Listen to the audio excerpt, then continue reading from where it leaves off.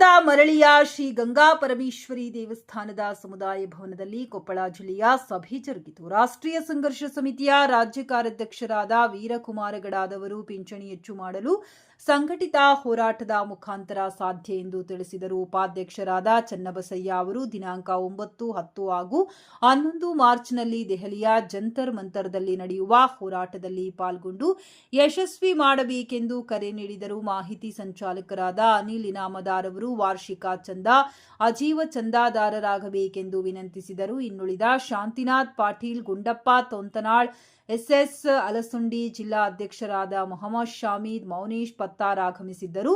ಸಕ್ಕರೆ ಕಾರ್ಖಾನೆಯ ನಿವೃತ್ತ ಕಾರ್ಮಿಕರು, ಹೆಚ್ಚು ಸಂಖ್ಯೆಯಲ್ಲಿ ಮಹಿಳೆಯರು, ಸರ್ಕಾರಿ ಇಲಾಖೆ ಮತ್ತು ಸಾರಿಗೆ ಇಲಾಖೆಯ ನಿವೃತ್ತ ನೌಕರದಾರರು ಭಾಗವಹಿಸಿದ್ದರು. ಕಾರ್ಯಕ್ರಮ ರಮೇಶ್ ಕುಲಕರ್ಣಿ, ಮೌನಪ್ಪ ನಾಯ್ಕ, ವೀರಯ್ಯ ಸ್ವಾಮಿ, ಮುದಗಲ್ ಬಸಪ್ಪ, ಹೊನ್ನಪ್ಪ ಬಸಪ್ಪ, ಉಮಲೂಟಿ, ಆಲಮಯ್ಯ, ಶಿವರಾಜ್ ಹಾಗೂ ಸುಬಾನಿ ಇವರ ಮುಂದಾಳತ್ವದಲ್ಲಿ ಯಶಸ್ವಿಯಾಗಿ ನಡೆಯಿತು ಎಂದು ಸಂಘಟಕರಾದ ಶಾಂತಿನಾಥ್ ಪಾಟೀಲ್ ತಿಳಿಸಿದರು.